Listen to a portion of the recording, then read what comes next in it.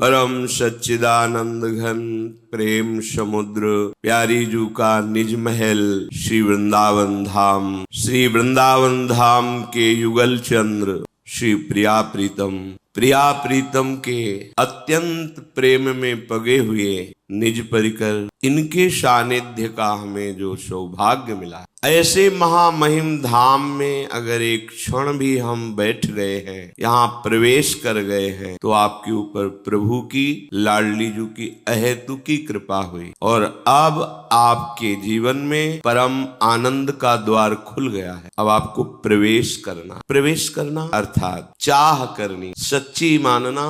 अभी तत्व का बोध नहीं है, इसलिए ये बात समझ में नहीं आएगी। आपको प्रभु इतना प्यार करते हैं कि आप जो चाह करते हैं विवश होकर के प्रभु वही रूप धारण कर लेते और आपकी चाह की पूर्ति करते हैं, यदि आप शरणागत हैं और भजन परायण। नहीं तो किसी की यहाँ चाह पूर्ति आज तक नहीं हो। सब चाह कर रहे हैं धन की, भोगों की, पद की, प्रतिष्ठा। जिनको मिल भी गया वो भयभीत है छूट न जाए, आगे मैं इसी पद में स्थित रहूं, आगे इस भोग को भोगता रहूं, आगे हमारे पास संपत्ति बढ़ती रहे। चाह कभी पूर्ण नहीं, चाह जीवन भर जलाती रहती है। यदि प्रभु की शरण में हो, प्रभु का भजन करने का अवसर मिला, फिर आपने चाह की भोगों की, तो हमारे प्रभु इतने करुणामय हैं। बहुत विचार की बात कह रहा हूं, केवल भावुकता से नहीं। वो वही रूप धारण करके आपके समीप हो जाते। आप जिस वस्तु की भोग की इच्छा करते हो, वो वस्तु प्रभु बन जाते हैं। जो भोग की इच्छा करते हैं, जो इच्छा करी हो मन माही, हरि प्रसाद कछ दुर्लभ। जब वही सब कुछ बने हैं, शास्त्र सिद्धांत है, जब सृष्टि नहीं थी तो मैं ही, जब सृष्टि नहीं रहेगी मैं ही रहूंगा, बीच में जो कुछ भी है वो सब मैं ही हूं। तो आपने चाह प्रभु की प्रभु रूप से नहीं की, इसलिए प्रभु नहीं मिल रहे। आप चाह उन्हीं समर्थ प्रभु से जो जो कर रहे हैं वो देख रहे हैं, तुम्हारी सुन रहे हैं। अगर चाह मिट जाए और प्रभु की चाह प्रकट हो जाए तो भगवत प्राप्ति जैसा सहज कुछ है ही नहीं। किसी ने किसी महापुरुष से प्रश्न किया कि हमें 20 वर्ष हो गए भजन करते हुए, हमें भगवान क्यों नहीं, कितना भजन करना, क्या करना पड़ता है जिससे भगवान मुझे क्यों नहीं। तो उन महापुरुष ने कहा, तुम सत्य को साक्षी करके सच्चे हृदय से बता, क्या तुम्हारे मन में भगवान से मिलने की वास्तविक चाह है? थोड़ी देर शांत रहे और कहा, कभी कभी ऐसा आता है कि भगवान मिल जाते तो ठीक है। बोले चाह का स्वरूप। आप कोई व्यापार करते हैं, उस व्यापार में आप क्या चाह करते हैं कि अच्छी लाभ वृत्ति हमारी पूर्ण हो, हमें अच्छा धन प्राप्त हो, और जब नहीं प्राप्त होता तो आपको कैसा लगता है? बहुत जलन होती है और व्याकुलता होती कि मुझसे क्या कमी रह गई, जो मुझे लाभ मिलना चाहिए व्यापार में वो लाभ क्यों नहीं। बोले इसे चाह, ये चाह है। आपका हृदय जलने लगे, अंतर दाव लगी रहे, धुआं न प्रगटे कोय, कह जाने दिल आपनो या जा सिर बीती होए। अंतर में आग, क्यों नहीं प्रभु मिल रहे। बोले आपको सुख से नींद आती है, भोजन अच्छा लगता है, परिवार से बातें करने में अच्छा लगता है, घूमना फिरना अच्छा लगता है, सच्ची बताना। बोले जी। तो बोले अभी चाह ही नहीं प्रभु की। चाह जब प्रकट होती है तो विषय भोग, निद्रा, हंसी, जगत प्रीति, बहुबात तद विस्मरणेन परम। ऐसे महापुरुष से विस्मरण तो होता ही नहीं। अगर विस्मरण का भ्रम हो जाए, परम व्याकुल तड़पने लगते हैं, प्राण व्याकुल होने। और भोग सामग्री, लोक लोकांतर की पद प्रतिष्ठा चाह से ही केवल पूर्ण नहीं होती, उसके लिए आपको प्रयत्न करके साधना, सुकृत, पुण्य, तपस्या और भी ये सब करना पड़ेगा। लेकिन सच्ची मानो प्रभु की प्राप्ति केवल चाह से हो। बस ये चाह प्रकट करना महापुरुषों के संग से ही हो सकता है। साधना से प्रभु का साक्षात्कार नहीं होता, तपस्या से प्रभु का साक्षात्कार नहीं। आपको लगेगा ऐसा क्यों कह रहे हैं? क्योंकि आज तक कोई साधना का मूल्य ऐसा नहीं हुआ जो प्रभु को खरीद सके। अनंत महामहिम प्रभु को कोई तपस्या के द्वारा खरीद सके, ऐसा कई प्रमाण। लेकिन जब चाह करके अंदर से हमारी व्याकुलता बढ़ती है तो बाहरी चेष्टा को आप साधना कह लें, तपस्या कह लें, योग कह लें, वो अलग। उस चाह में प्रभु का प्रादुर्भाव हो जाता है। ऐसी चाह जिसने सब चाह को भस्म कर दिया, अब जिया ना जाए, जिया ना जाए। अब चैन, ये चाह जितनी ज्यादा प्रकट होगी, जैसे काम की चाह प्रकट होती है तो जिस गली में अपना प्यारा रहता है, कामना जिससे युक्त है, उधर ही दृष्टि रहती है, वही मन घूमता है। तो आपको प्रभु की चाह हुई, प्रभु के चरणों में मन घूमता है, प्रभु के नाम में, प्रभु के रूप में, प्रभु के लीला में, प्रभु के धाम में, नहीं तो चाह कहाँ है?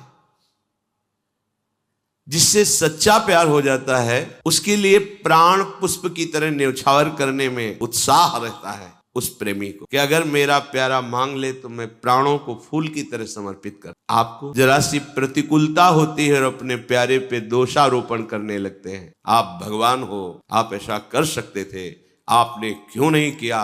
चाह, अगर हम किसी गुण की, किसी पद की, किसी भोग की, किसी योग्यता की हमारे अंदर चाह है तो अभी प्रभु मिलन की चाह, हमारा चित्त जिस विषय का चिंतन करता है, मेरे प्रभु अंदर बैठे देखते हैं, वो बेपरवाह हो जाते हैं। प्रभु लगे जो चाहोगे मैं वही रूप रख के आ जाऊंगा, वस्तु का, व्यक्ति का, पदार्थ, उनके सिवा कोई है नहीं। और जब प्रभु मिलन की चाह होती है तो प्रभु चिंतित हो जाते हैं, भक्त बेपरवाह हो जाते। अभी क्या है, प्रभु बेपरवाह है, हम चिंतित। प्रभु मिलन के लिए नहीं, भोगों के, पद प्रतिष्ठा, मान सम्मान, यश कीर्ति, ये बड़ा जाल है माया का, जो जितनी ऊंचाई होता है वही जाल फेंक कर फंसाने की कोशिश करती है। संसार की प्रत्येक वस्तु, व्यक्ति, स्थान, ये जब तक तुम्हारी चाह का विषय बनेगा तब तक भगवत साक्षात्कार साधना करने पर भी नहीं होता। इतना समझ लो कि साधन का केवल फल है असाधनों का त्याग। बिना साधना के असाधन का त्याग नहीं होता,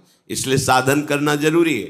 पर साधन से भगवत साक्षात्कार हो जाएगा ऐसा हमने अभी तक कहीं सुना नहीं, पढ़ा नहीं। प्रभु का स्वभाव है कि जब तक प्रभु को आप चाहेंगे नहीं तब तक वो आपके सामने अपना रूप प्रकाशित नहीं करेंगे। ये हृदय की बात मुख से आप रो के कह सकते हैं। देखो अलग अलग वृत्तियां होती हैं। जब आपके आंसू निकलेंगे और आप कहते हैं मुझे लाडली कब मिलेंगे, तो यहाँ हृदय में आपके दर्शन से तत्काल पता चलता है कि लाडली के लिए आंसू नहीं, किसी समस्या और दुख और आंतरिक वृत्ति से थकित होकर ये बात कही जाती है। वो समझ में आपके हृदय में उस समय केवल लाडली ही है और उनके मिलन के लिए प्राण व्याकुल है। समझाना नहीं, ये अध्यात्म है, परमार्थ है, इसमें बाहरी बातें नहीं चलती है। प्रभु हमें ऐसा प्यार करते कि हम जब चाहें, जिस रूप में चाहें, उसी रूप में भगवान हमारे सामने आते हैं। त्रिलोचन जी ने चाह की कि मुझे नौकर मिल जाए तो अखिल कोटि ब्रह्मांडों के साहब अंतर्यामी नाम रख करके नौकर के रूप में आ गए। अर्जुन ने चाह की कि गांडी जैसा धनुष, अक्षय तुड़ीर, समस्त दिव्यास्त्र, दिव्य रथ, दिव्य अश्व, तो सारथी भी दिव्य होना चाहिए। तो मेरे प्यारे सखा अगर सारथी रूप में हो तो मैं विश्व को परास्त कर। तो समस्त जगत के स्वामी सारथी बन के बैठ गए। जहां अर्जुन उच्च सिंह आसन पर और सारथी का आसन कहाँ होता है, रथी की पादुका के, जिनकी चरण रखने की चौकी को ब्रह्मा शंकर आदि अपने मस्तक से नमन करते हैं, वो प्रभु वहां बैठे। चाह जो जो करोगे, आप शरणागत प्रभु के लाडले हो, वो आपकी चाह पूर्ति करते हैं। आपने माँ, पिता, पत्नी, पुत्र, धन, संपत्ति, जो जो चाह की है वो बना हुआ आपके पास बैठा हुआ है। वही ये सच्ची बात, जब वो दर्शन कराते हैं ना तब आपको अनुभव होगा। ये पर्दा हट जाता है पांच भौतिक। ये जो श्लोक लिखा हुआ है, जिधर दृष्टि डालता है उधर वो मुस्कुराते हुए दिखाई देते हैं। जब पर्दा हट जाता है अज्ञान का, तो चींटी में भी, हाथी में भी, ज्ञानी में भी, अज्ञानी में भी, पवित्र योनि में भी, अपवित्र योनि, वो पर्दे नहीं है, वो केवल जिधर देखता है। जैसे गोपीजन जित देखो तित श्याममयी, सखुबाई को दर्शन कराने के लिए सखुबाई बन करके बन गए और उसके पति की सास की सबकी सेवा कर रहे हैं। कौन? जिनकी सेवा में अनंत शक्ति संपन्न पार्षद हाथ जोड़े खड़े रहते हैं, वो सखुबाई बन करके बंध गए और सेवा कर रहे हैं, पैर दबा रहे हैं उसके पति के। हमारे प्रभु की कोमलता, दयालुता, कृपालुता, महानता, स्वभाव आप नहीं जानते। स्वामी श्री अखंडानंद जी ने पूज्य भाई जी से कहा, एक बार आप अपने दिल की बात एक सब। भाई जी ने कहा, उमा राम स्वभाव जी जाना, ताई भजन तज भावना। अशुभ प्रवाह होने लगा और कहा, जिसने भगवान के स्वभाव को जान लिया उसे भजन के सिवा कुछ अच्छा नहीं। सच्ची सच हम जो चाह करते हैं, मेरा प्रीतम वही बना मेरे सामने होता है। अगर हम ये अन्य नाम रूप वस्तु व्यक्ति भोग की चाह ना करें, केवल ललित त्रिभंगी, तो वही रूप यही चाह है। तो इसकी परीक्षा होगी आपकी। अगर अन्य ना तो देर नहीं लगेगी, ये रूप प्रकाशित हो जाएगा। ये केवल चाह से मिलता है, केवल चाह पर। तुम विश्वास करो, इस बात पर विश्वास करो। साधना तो केवल असाधन को नष्ट करने के लिए। राम कृपा पावहि कोई कोई, ये कृपा से, कृपा उसी चाह, और चाह मिलती है भगवत प्रेमी महात्माओं के संग से। इसीलिए संग के बराबर कोई भी तप और साधन नहीं रखा गया है। यहाँ तक मोक्ष को भी बराबर। जीवन परिवर्तन हो जाता है, जीवन भगवत प्रेमी महात्माओं के संग से चाह पलट जाती है। प्रभु की चाह प्रकट हो जाना, भजन करने की चाह प्रकट हो जाना, बहुत बड़ा चमत्कार, छोटी मोटी बात नहीं। भगवान सर्वत्र होते हुए भी अपने को ढके हुए हैं त्रिगुणात्मिका माया के पर्दे से। वो सबकी दृष्टि में नहीं आते हैं, दृष्टि में रहते हुए भी। बहुत ध्यान से सुनना, परमार्थ है। भगवान सबके समीप रहते हुए, सबके समीप रहते हुए भी सबकी दृष्टि में नहीं आते। त्रिगुणात्मिका माया का पर्दा लगा है। कोई अगर अभिमान करके साधना करे तो भगवान को अनंत जन्मों में भी साधना से खरीद नहीं सकता।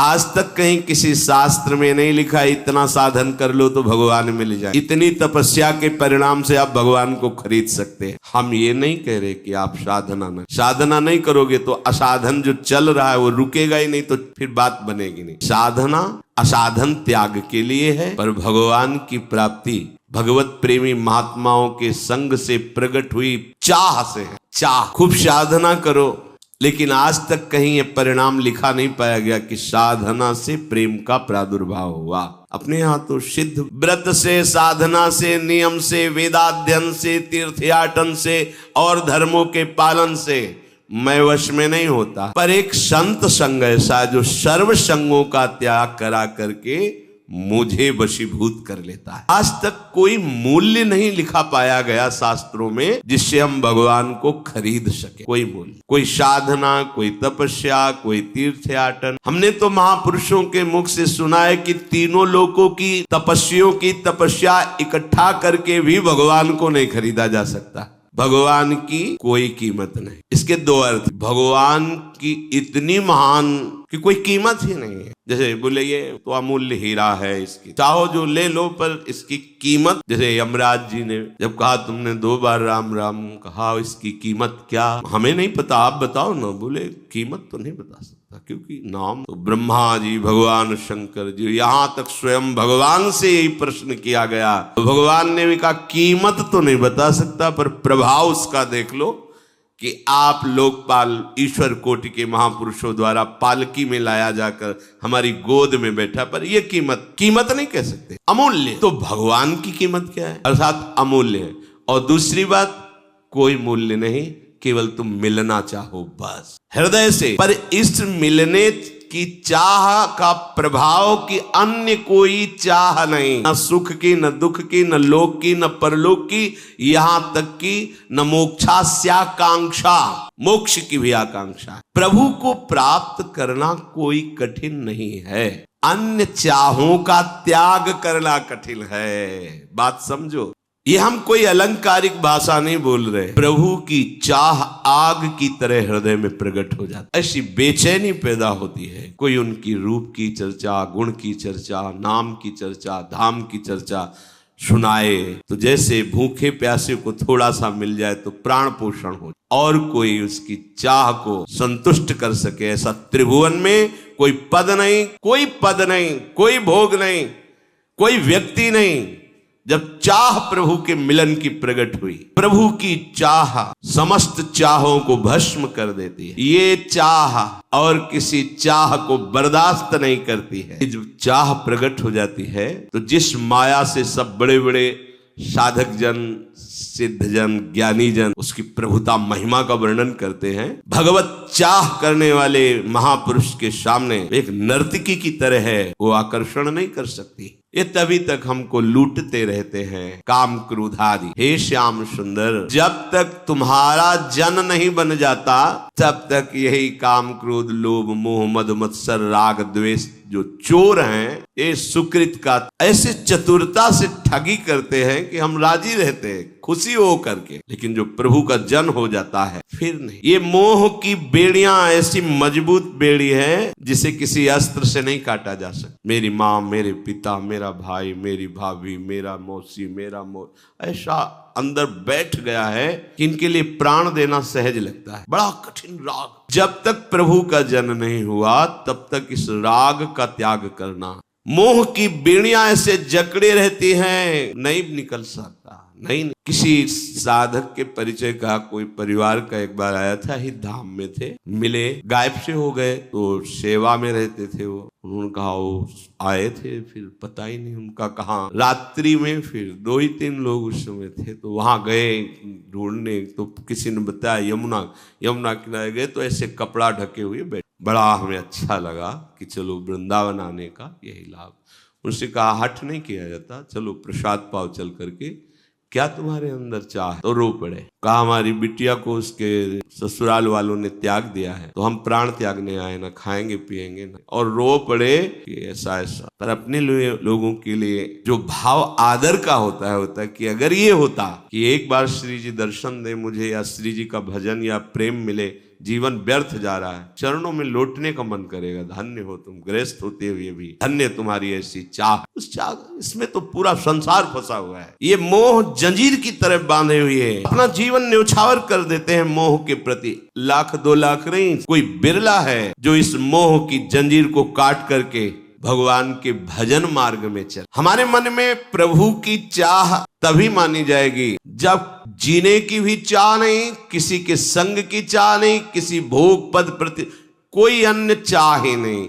चाह मिटी, चिंता मिटी, और मनुआ बेपरवाह। और जिनको कछु न चाहिए ते शाहन के शाह, वो बादशाह है जिसको कुछ नहीं चाहिए। और वाल्मीकि जी भी भगवान श्री राम से कह रहे, कोई चाह लेकर के आपसे प्यार नहीं है। आप ऐसा करें तो आप मेरे प्यारे, आप ऐसा ना करें तो आप झूठे, आप प्यारे नहीं। ऐसा प्यार में नहीं होता। नहीं कि आए और चले गए झलक देके, नहीं, उसके हृदय में निरंतर प्रभु बसते हैं। कैसे? जैसे अपने घर में रह जाता है, बाहर बुलाने पर गए, 1-2 घंटा सभा में बैठे चले आए, लेकिन अपने कुटिया में वहां तो रहा ही जाता है। वहां कोई थोड़ी कि कितने मिनट हो गए यहाँ रहते हुए, वो तो सहज उसका हृदय महल है, जिसके हृदय में कोई चाह नहीं, सहज में प्रिया प्रीतम से अपनापन।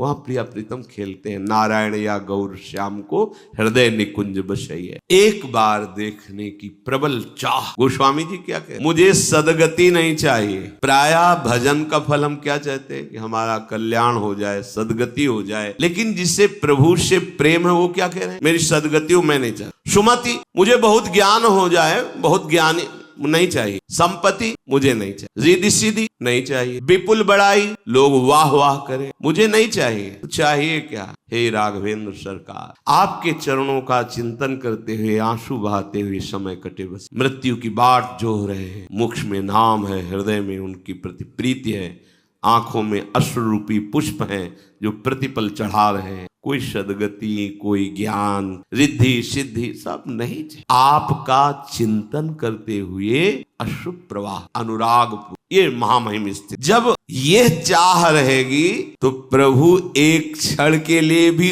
ओझल नहीं होते। जैसे कल चर्चा में था कि कभी तो ऐसा लगता है मिले ही नहीं, कभी ऐसा लगता है कि बिछड़े ही नहीं, कभी मिलन, कभी विरह। भगवत प्रेमी महात्मा के क्षण मात्र के संग से ऐसा दुर्लभ चाह प्रकट होती है। ये चाह, इसीलिए चाहे शिव बिरंच सम होई, गुरु बिनु भवनिधि तरे न कोई। लोग प्रश्न करते हैं तो प्रश्न की धरा को अपने गुरु प्रताप से समझा जाता है कि क्या इसका भाव है। तर्क संगत प्रश्न करोगे कि क्या गुरु के बिना कल्याण हो सकता है, तो उत्तर होगा कि आप किसी मनुष्य को गुरु नहीं, प्रभु को गुरु बनाइए और उनका नाम जप कीजिए, मंगल हो जाए। लेकिन क्या आपको सेवा कुंज जाना, निधिवन जाना है, बांके बिहारी जाना, राधा वल्लभ जी जाना है, तो आपको क्या गाइड की आवश्यकता नहीं। आप बाहर से आए हैं तो आपको पूछना होगा।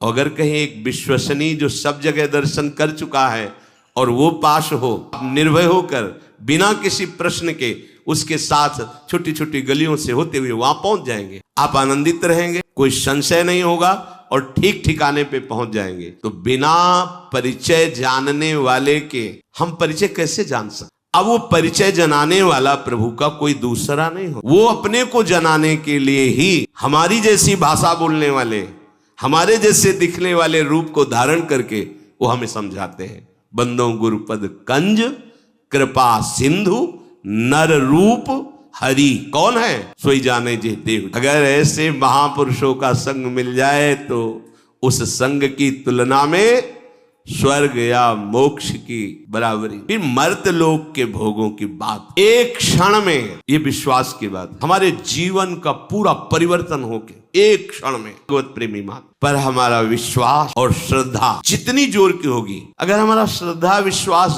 दृढ़ है, देखो कई बार कहा है आप भगवत प्राप्ति की, वृंदावन में बैठा हो मेरे वचन स्वीकार कीजिए, आप अनन्य हो जाइए श्यामा श्याम की, सारा ठेका वहां तक पहुंचाने। बोले इतने हम नहीं, हम अपने आचार्यों की वाणी के अनुसार हरिवंश प्रताप नाम नौका निज खेवक। अंगद जी में बल नहीं था, समुद्र नहीं लांघने का उत्साह था, समुद्र लांघने का उत्साह, वहां गया वहां से वापस आऊं कि ना आऊं, इतना उत्साह। जहां से वापस आने की शंका थी उसी सभा में चरण गाड़ दे सिया राम जी दांव में लगा दिया कि राम जी वापस चले जाएंगे, सीता जी को हार जाएंगे तो मेरा चरण उठा ले। पर कैसे? राम प्रताप सुमेरपन रोपा, अपना बल नहीं, राम प्रताप। तो हम जो आपको कहते हैं ना ठेका लेते हैं, हरिवंश प्रताप ही जानत है, हरिवंश प्रबोध। आप सुन करके भी नहीं जान पा रहे, महिमा तेरी कहा कहो श्री हरिवंश दयाल, तेरे द्वारे बटत है। शब्द सुनो, सहज लाडली लाल, सहज सहज लाल। तो द्वारे बटत हैं तो मतलब पंक्ति, पंक्ति मतलब अनन्यता, अनन्यता मतलब मन क्रम वचन त्रिशुद्ध सकल मत, हम श्री हित हरिवंश उपासी प्रियालाल मिले। इनके बल से प्रियालाल, जब राधिका श्याम प्रसन्न भये तब नित्य समीप सुख खींच ले। तुम्हारा रोना बंद नहीं होता, अपनी अनुकूलता, देह अनुकूलता, मन अनुकूलता, इंद्रिय अनुकूलता, और फिर उसमें जब आप साधन की चरम सीमा सुनते हैं तब आपका हृदय घबरा जाता है। ऐसों को भगवत प्राप्ति नहीं तो मेरे को क्या भगवत प्राप्ति? तो हो कहां तुम? तुमने सोचा कि तुम नाव में बैठे हो, साधना नहीं। उसी समय तुम्हारे मन में किसी उपासक से चर्चा कि ऐसे ऐसे लक्षणों से तो नरक की प्राप्ति होगी, तो हाथ जोड़कर उसने कहा कि ये बातें दूसरों को भयभीत कर सकती है, कृपा कीजिए, मुझे नहीं, मुझे अब ये बातें भयभीत नहीं कर सकती है, क्योंकि हम किसी साधन पक्ष के हम में नहीं है। हम तो आप ले जहां बैठाला वहां बैठ गए। उस समय तो ऐसे कर, बाद में चिंतन में हृदय शीतल हुआ। यही हम भी कहें कि तुम्हें नरक मिलेगा तो तुम्हें हंसी आनी चाहिए कि आपने कहा था, वो बात हमारे बैठ गई है। अब नरक स्वर्ग पवर्ग आस नहीं त्रास है, जहां राखो ता रहो मानी सुखरा। अब भय की जरूरत क्या है? सच्ची मानिए, बिना प्रीति के उसे ही चाह, बिना प्रीति के प्रीतम नहीं मिलते, और बिना अन्य चाहों के त्याग के प्रीति प्रकट नहीं होती, और सर्व त्याग बिना भगवत प्रेमी महात्माओं की नहीं होता। श्री भगवान के सर्व संगों का त्याग कराने की सामर्थ्य अब ये चूक साधक कर बैठे। वो ये नहीं समझ पाता है कि हम जिनके संग जिस मार्ग का अनुसरण करते हैं वहां सब संबंध काटने हैं, नहीं समझ, बड़ा निष्ठुर समझता है गुरुजनों को, संत जनों। इनके हृदय में तो प्रेम है नहीं। ये क्या जाने माँ पिता भाई बंधु परिवार का प्रेम। हम जिस प्यार के लिए जिस मार्ग में कृपा से लाए गए हैं उस मार्ग में हम निर्मोही नहीं हुए। हाँ, हम ये जान गए हैं कि जिससे हम प्यार करते थे उसका असली रूप क्या है। मूल के माँ में जो माँ की तरह में दुलार कर रहा था, पिता में पिता की तरह जो पालन कर रहा था, रिश्ते नातों में जो हमें आकर्षण हो रहा था वो इन्हीं का था, मूल मिल गया।